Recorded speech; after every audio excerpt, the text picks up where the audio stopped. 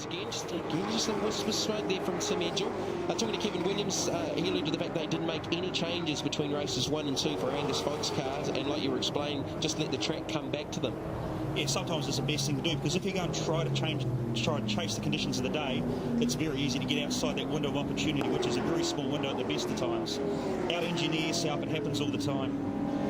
So Craig Baird up to 6, Angus Fogg 7th, John McIntyre in the 8th position. This is 1st and 2nd, Tim Edgell and Andy Knight.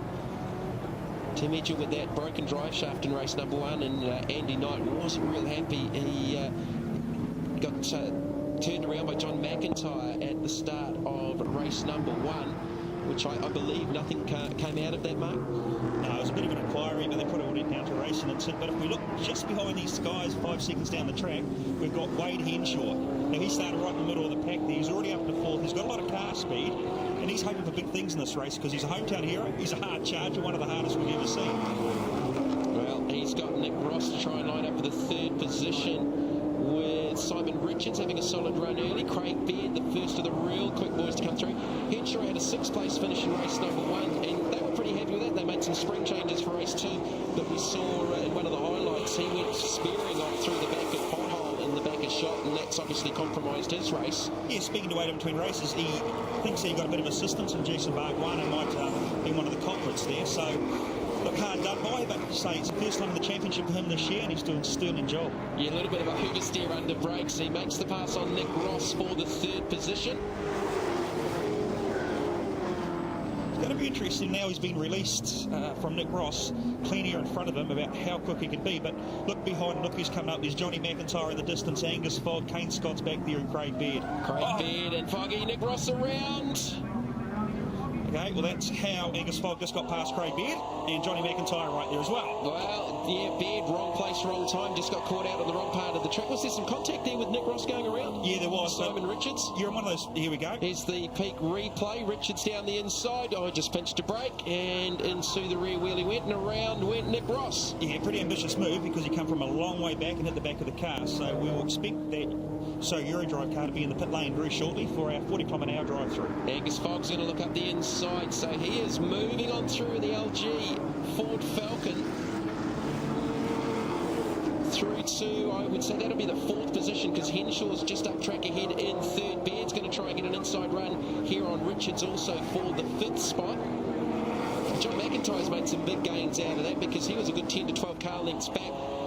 Is that Richards speeding off into pit lane already? Yeah, look, he probably realised he's going to get a drive-through, so he might as well come through now and get it done.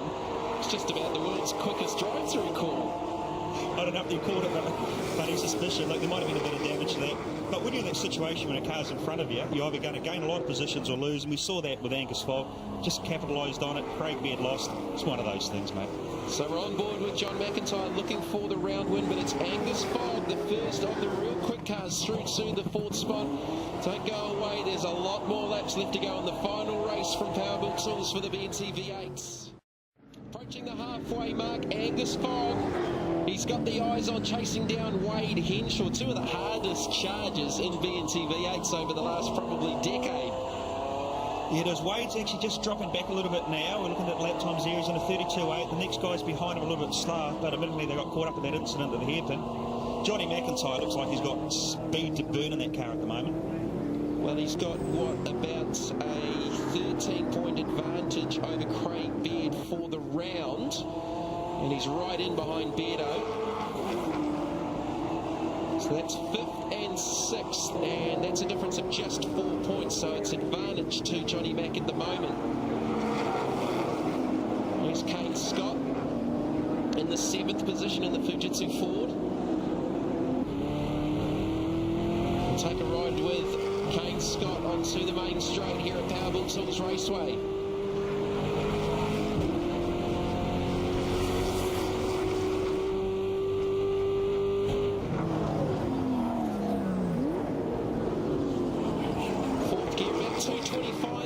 NZV8 down through to the kink in turn 2. Yeah, certainly. As you get all the way down there, hit the brakes hard all the way down to 2nd. But there's that Timmy Edgell's car again, just a little puff of smoke. Maybe because it's the unweighted wheel at that stage, all the weight's on the other side. Might just be momentarily locking a wheel, but say we're seeing puffs of smoke all day long from that car. John McIntyre now applying the pressure to Craig Baird Angus Fogg going by Wade Henshaw, who made that look pretty easy. Yeah, look, that was a pretty soft move, actually. Maybe Wade just conceded that place, realised these guys are in the championship hunt, moved over. Now, if I'm not mistaken, I think these roles are reversed of Craig Baird and Johnny McIntyre from this time last year. Yeah, you might be right there, but it is close. This championship is just so close, certainly coming off the back of this final race for round 2 of the NZV8's from Powerbuilt Raceway in Christchurch. On board the Encore Falcon with Johnny Mack.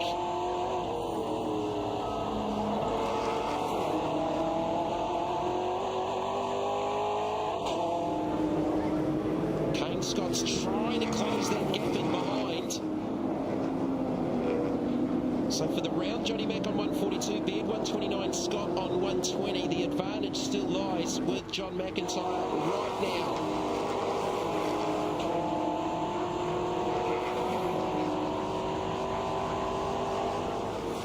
Here's the McIntyre team looking on. Oh, it's Craig Baird gets into Henshaw right in front of John McIntyre as we're all is on board. Now, Craig Baird, I think he might be actually ready to do a line-up to come through the pit lane as well. They'll deem that he probably wasn't far enough inside him there to pull out a racing move.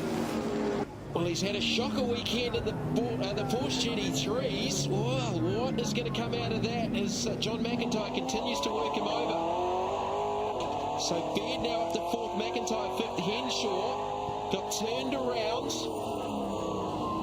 In the battle for position, Henshaw wasn't on that car, but Angus Fogg is a fair way up the road from this battle right now with Tim Edgell leading from Andy Knight. Well, could it be more drama here for Craig Baird, the championship leader by just 6 points? Here it is here, Mark, on the peak replay. Yeah, actually, it was a long way down the inside of him, but once again, it's depending which view you look for, but either way, one car got around the corner, the other one didn't, so there will be a bit of an inquiry. Here we go, the McIntyre team saying, oh, what's going on here? Well, it was right in front of Johnny Mack. Well, just over the halfway point. There's more to play out here as Andy Booth. Andy Booth goes by Nick Ross for the 8th position.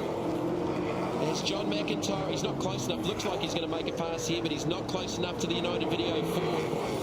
Edgell leads from Knight, Fogg, Baird, McIntyre, Kane Scott, Andy Booth. Now up into the 7th position ahead of Nick Ross, Andy Anderson and Martin Short with another good top 10 effort. You see the car in front of Johnny McIntyre, you'll see it's taken 3 or 4 sets coming out of the corner. The back comes out, slows it down, comes back out. Not entirely happy with that, but the man that's benefiting from this battle is Kane Scott. He's creeping on half a second a lap. Before we know it, it's going to be a 3-way battle. And there's Andy Booth. He's trying hard. He probably needs a safety car at this point of the race to sort of really get up with that top 6. And it's a bit of a hold-in queue here with Martin Short, the lone Ford, in this 4-way battle. 7th, 8th, 9th and 10th on board with the reigning New Zealand Formula Ford champion. Here's Craig Baird trying to hold off John McIntyre. Runs a little bit wide. McIntyre maybe with a run to 8. No. Oh, you're right there, Mark. I think Craig may be just having some car balance issues. He's really working hard to stay ahead of the Encore Falcon. And look at this particular part of the race. Looks like it's straight into the back, but it's taken quite a big hit on the side of that. Look, it's right in the middle of the 2 wheels. No mechanical damage, probably more cosmetic. But look, he's dwindling on the back of this battle here. Kane Scott.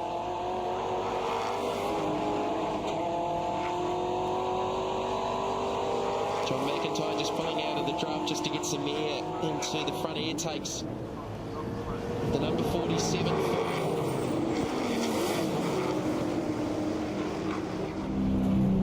So Angus Fogg in 3rd, 60 points. John McIntyre in 5th on 49. So that's a difference of just 11. So still the honours with John McIntyre for the round. Victory here at Powerbuilt Tools as Kane Scott. He looks to be working hard in the Fujitsu Ford.